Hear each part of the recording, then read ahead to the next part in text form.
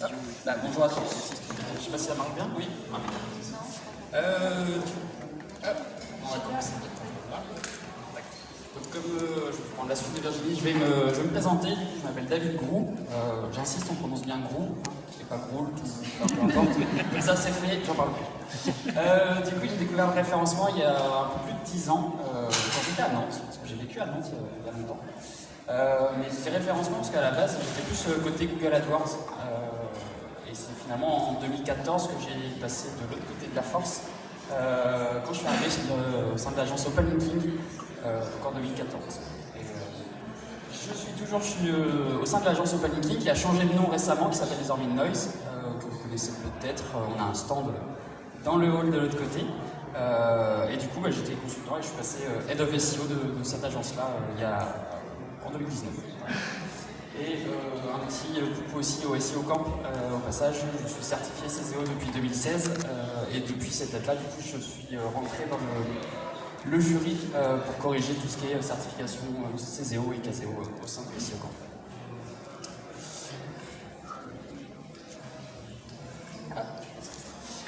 Du coup, on va commencer par une petite question. Qui, dans la salle, rêve d'avoir une courbe comme celle-ci? Il y en a qui ont fait quand même. Je vous mets une courbe qui monte parce que dans la suite, on ne va pas en voir beaucoup, donc c'est histoire de bien commencer. Et celle-ci, du coup, non. C'est la même, hein. C'est juste la continuité de la courbe, mais c'est la même. Voilà. On va plus voir des courbes comme ça, finalement. Ce qu'il faut retenir du coup de ces deux courbes, c'est que le SEO n'est jamais terminé. C'est pas parce qu'on est arrivé premier qu'il faut arrêter de travailler. Parce qu'on le voit avec la courbe juste avant, c'est qu'ils étaient arrivés premiers et ils ont vite redescendu. Donc ça, c'est le premier point. Et le deuxième, c'est avant de penser à progresser, il faut aussi ne pas oublier de stabiliser l'existant. Et du coup, il y a eu une conférence tout à l'heure justement sur tout ce qui est monitoring, où Julien a pu donner pas mal d'outils et de choses à penser. Je vais commencer avec une citation de Nelson Mandela. Je ne perds jamais, soit je gagne, soit j'apprends. Là, je vais essayer de la reformuler un petit peu, donc version David Groux. Là, je suis pas graphiste. Nous allons apprendre de ceux qui ont perdu. Donc, l'idée de cette conférence, c'est justement d'avoir plein de petites histoires, plein de petits retours d'expérience. J'ai essayé de faire des retours d'expérience relativement récents pour justement voir un petit peu ceux qui ont perdu et comprendre pourquoi ils ont perdu.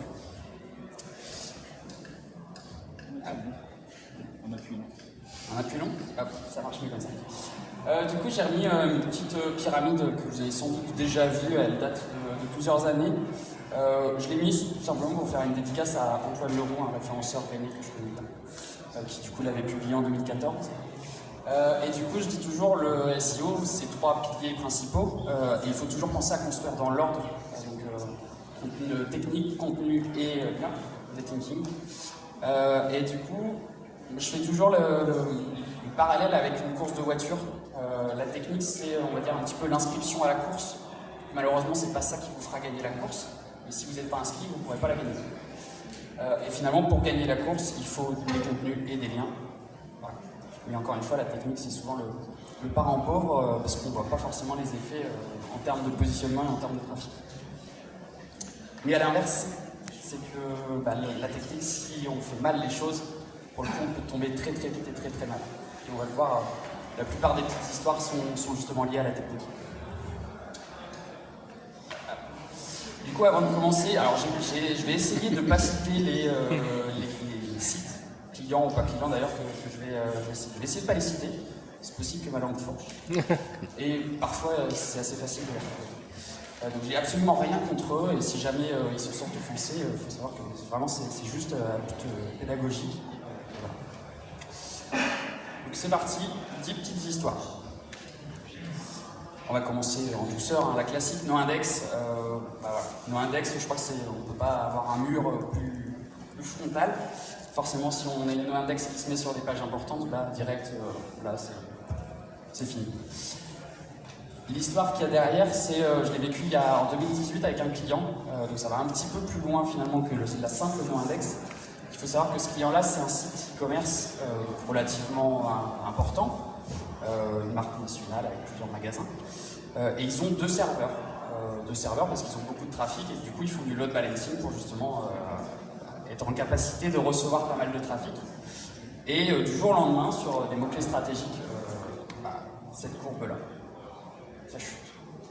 J'audite, je regarde, rien, pas de no-index justement, bizarre et tout. Je vois rien de particulier au niveau de la technique, rien qui pourrait justifier d'une telle courbe. 2 jours après, la page revient. Très bien. 3 jours après, la page retombe. Très bizarre. Et la semaine d'après, du coup, j'étais avec mon client, le client qui est responsable SEO, donc il faisait vraiment du SEO et lui regardait aussi de son côté. Et en fait, au bout de quelques heures d'analyse, on s'est rendu compte que finalement, ils avaient 2 serveurs, un qui était en no-index et l'autre qui était en index. Pas de bol. Ils ont fait un déploiement de la pré-prod sur l'un des serveurs qui a mis la no-index de la pré-prod, alors que l'autre serveur avait justement une bonne méta-robot. Pas de bol. Donc, difficile de titer quand une fois on arrive sur une index, des fois on arrive sur une index, donc pas toujours simple. Et puis une fois qu'on a réussi à identifier le problème, après les développeurs ont pu corriger. La deuxième histoire que je voulais raconter, c'est arrivé relativement récemment, hein, vous pouvez voir les dates. Donc là pour le coup c'est pas un client que j'ai géré, c'est vraiment juste une observation que j'ai pu faire. C'est un client qui est dans le domaine de la bijouterie. Donc encore une fois une marque relativement connue avec plusieurs magasins en France.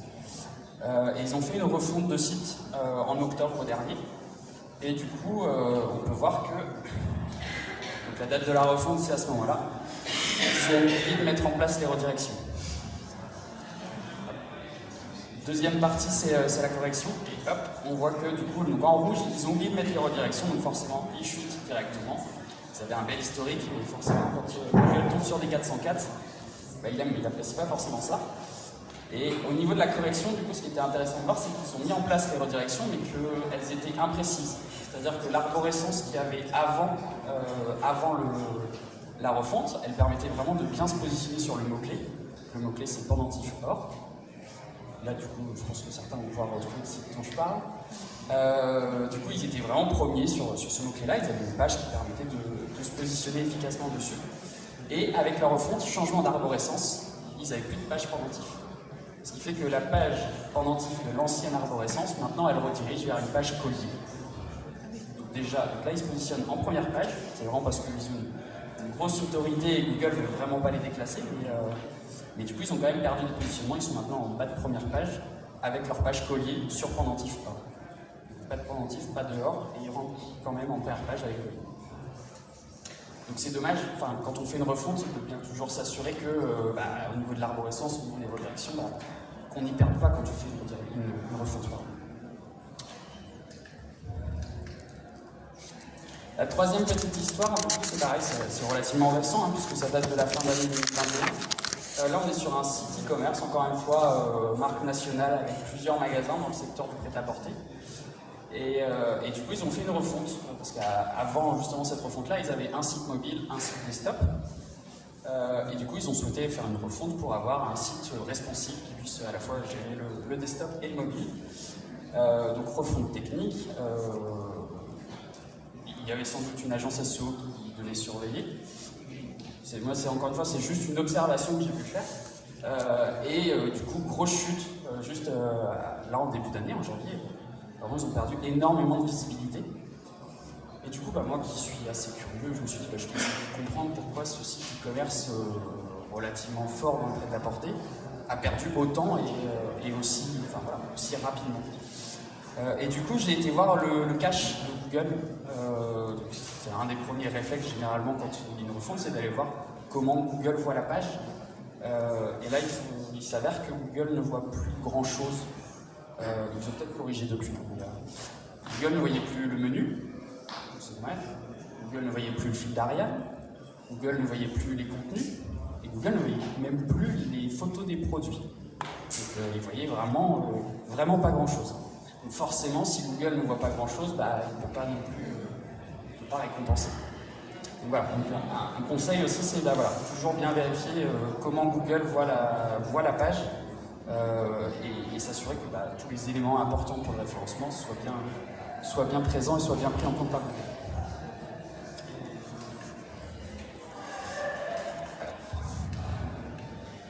Non, ça va pas.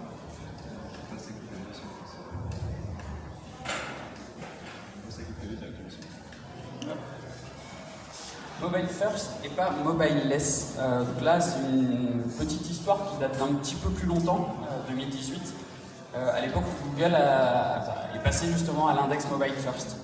Donc là, je suis encore avec mes clients, le premier client, encore une fois sur le domaine de la chaussure, où le site a vraiment pris une grosse chute au moment où il est passé dans l'index mobile first. Du coup, encore une fois, on analyse, on essaie de comprendre pourquoi. Et en fait, tout simplement, on a pu se rendre compte que le niveau d'optimisation SEO n'était pas du tout le même entre la version desktop et la version mobile. Il n'y avait pas de fil Ariane sur mobile alors qu'on avait un sur desktop. Des zones de maillage interne étaient présentes sur desktop mais pas sur mobile. Et on s'est rendu compte aussi que sur la partie menu, le menu mobile n'était pas exactement à l'identique par rapport au menu desktop. Il y avait notamment toutes les pages de haut niveau, donc de l'univers produit, qui du coup n'étaient pas du tout dans le menu mobile. Donc encore une fois, quand on analyse, il faut bien penser mobile first. Je ne sais pas si dans la salle, il y en a beaucoup qui regardent la version mobile en premier. Mobile first. Il y en a beaucoup? Non, moi le premier déjà, je regarde essentiellement la partie desktop en premier et j'essaye quand même de regarder mobile, mais c'est jamais mobile first. En tout cas, mobile less, enfin n'oubliez pas le mobile surtout. Une autre petite histoire, on est déjà à la 5e histoire d'aujourd'hui. Je crois que c'est une de mes préférées. Donc encore une fois, c'est pas un site que j'ai géré, j'ai juste observé ça en fin d'année. Profond, Là, on est sur un site qui est dans l'univers de la lingerie et on est juste au 15 décembre à peu près. Pour de la lingerie, un 15 décembre, pour le coup, c'était pas une refonte, c'était juste une mise en production. Et déjà, c'est un peu risqué. Et du coup, il y a eu un petit souci avec les balises canonical. La balise canonical, du coup, renvoyait toutes les balises canonical, toutes les pages du site, renvoyées vers le moteur de recherche interne. Toutes les pages catégories, les produits, tout renvoyé vers le moteur de recherche interne. Et là, Google, hop, direct, il a déclassé. À une semaine de Noël, à 10 jours de Noël, c'était quand même dommage. Mais bon, le site de lingerie, il va peut-être se rattraper avec la Saint-Valentin. Du coup, ils ont fait un correctif, mais mi-janvier. C'est quand même relativement long. Entre-temps, je m'étais permis de les contacter sur LinkedIn pour les prévenir. D'ailleurs, ils m'ont jamais répondu. Du coup, ils ont mis en place un correctif là, mi-janvier. Sauf que pas de bol, le correctif, la canonical, elle renvoyait plus vers le moteur de recherche interne, elle renvoyait vers une 404. C'est dommage. Et pour autant, le ranking a remonté. C'est quand même bizarre. Et le vrai correctif, il est arrivé une semaine, 10 jours après. Mais ce qui est vraiment hyper intéressant de voir, c'est que la canonical, quand elle renvoyait vers un moteur de recherche interne, code 200, Google enlève tout. Ils corrigent, ils mettent une canonical vers une erreur 404, Google remet le positionnement en place. Voilà, ça reste... a priori, Google préfère les canonicals qui renvoient vers des erreurs 404 que des canonicals qui renvoient vers les pages 200. Étonnant. Et...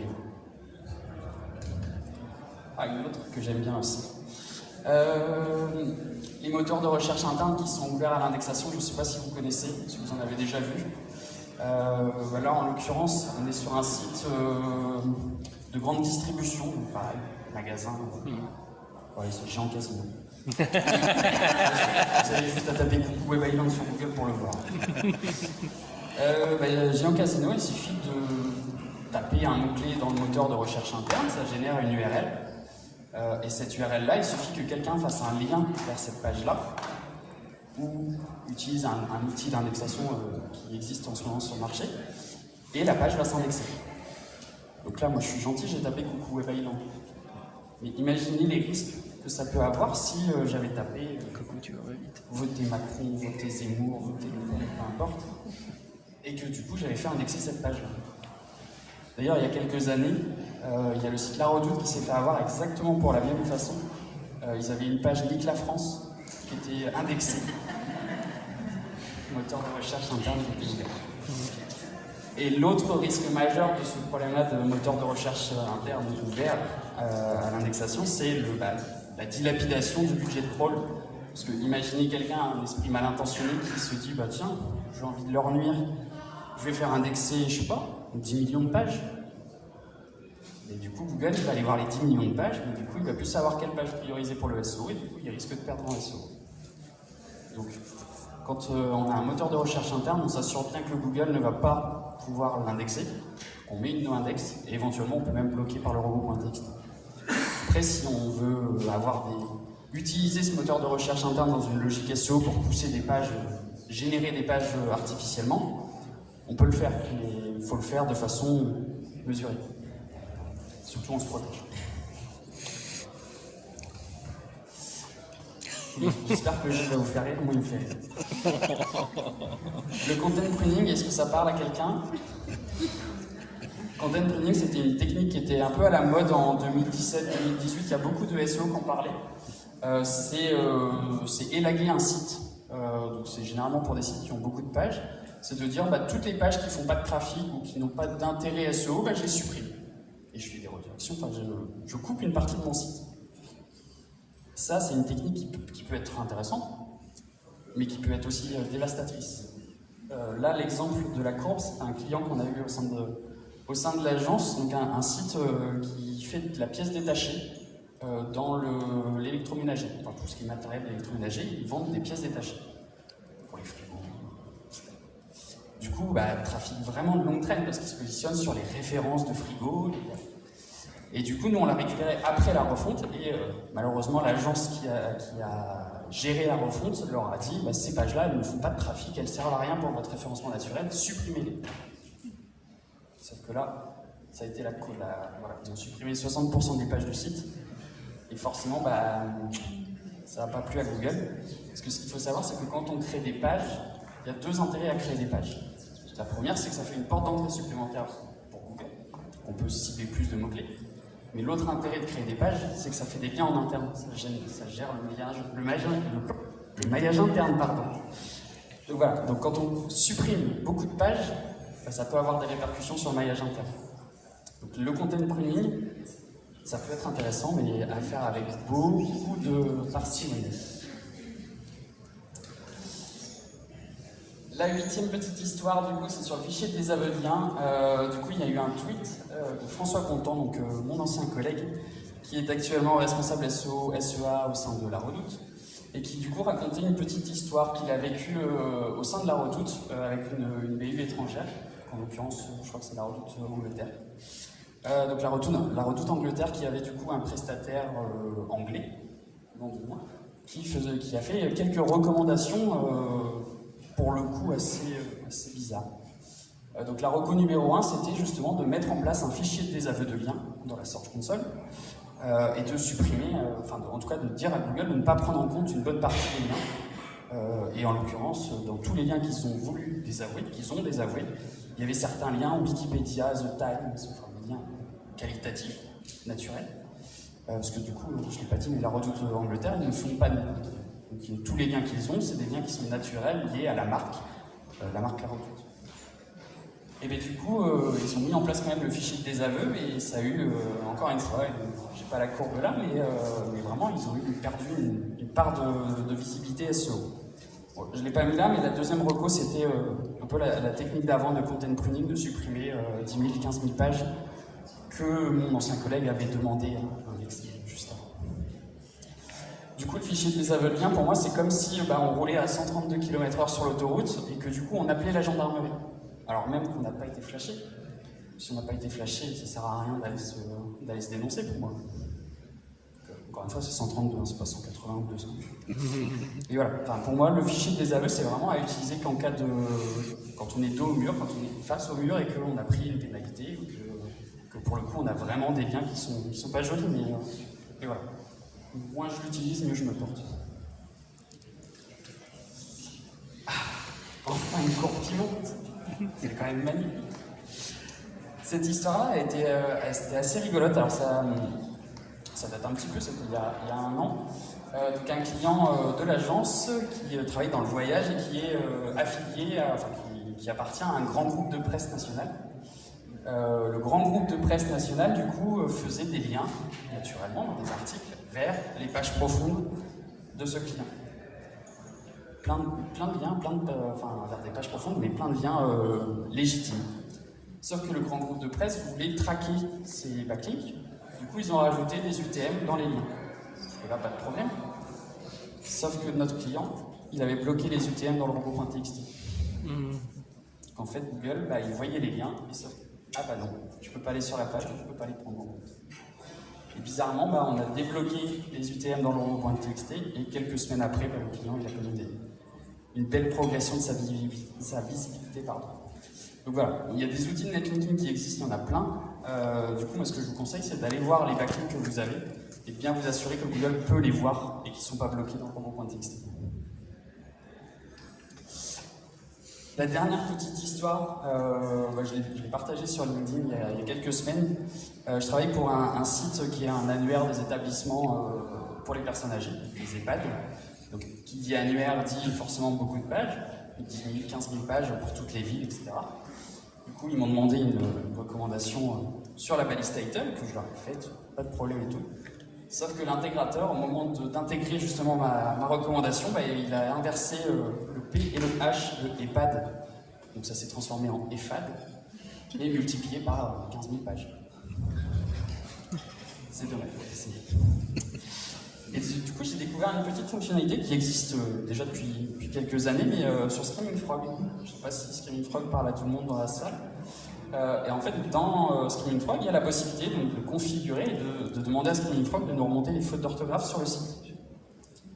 Donc, du coup, maintenant je l'utilise systématiquement et du coup, Screaming Frog va me remonter vraiment toutes les fautes d'orthographe, que ce soit dans la base title, dans la métadescription, dans le contenu même du site. Et voilà. Et au final, du coup, en creusant un petit peu, je me suis rendu compte que j'étais pas le seul à avoir des fautes d'orthographe, des coquilles comme ça dans la base title. On a pu voir du CDB au lieu de CBD, du excursion en vélo plutôt que excursion, ou comment faire du guacamole, la recette facile et authentique. Donc voilà, donc avec la petite fonctionnalité de Screaming Frog, ça peut être hyper intéressant, ça peut sauver, en tout cas sur certaines pages, ça peut être intéressant de le savoir. Du coup, la conclusion de ces petites histoires, c'est que la technique, c'est vraiment un prérequis au SEO et qu'il ne faut pas l'oublier, même si ce n'est pas ça qui nous fera vraiment gagner des positions, mais en tout cas, il ne faut pas l'oublier. Attention aussi aux pratiques tendances, le content pruning, le fichier de désaveu ou d'autres qui pourraient être à la mode, un peu trendy. Ça peut être utile, ça peut fonctionner, mais il faut le faire intelligemment. Ce qu'il faut retenir aussi, c'est que rien n'est jamais acquis. Je l'avais dit en introduction, mais je pense qu'après les petites histoires, ça se confirme. C'est pas parce qu'on est premier que demain on le sera encore. Et pour moi, l'important, c'est toujours de comprendre. Qu'on progresse ou qu'on régresse, ce qu'il faut, c'est comprendre pourquoi. Et pour comprendre pourquoi, il faut aussi le monitoring. Je refais référence à Julien, qui a fait sa conférence tout à l'heure sur le monitoring. Et j'ai un petit bonus. Dernière petite histoire. Vraiment très récente, là on est vraiment sur le début d'année. Donc un site dans le domaine du voyage qui du coup a perdu complètement à partir de mi-janvier à peu près. En fait, ce site du voyage, il était positionné sur le mot Kiev. Donc en fait, il a perdu en positionnement, mais il n'a pas eu de régression.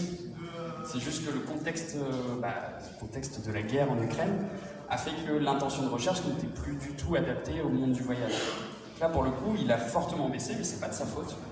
Encore une fois, c'est pas parce qu'on baisse que ça vient de nous. Ça peut venir aussi du contexte ou ça peut venir aussi des concurrents qui ont bien travaillé. Donc voilà, c'était le bonus. Merci.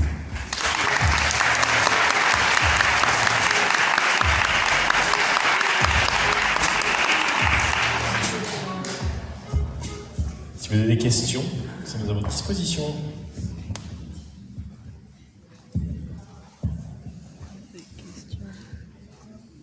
Tout est clair.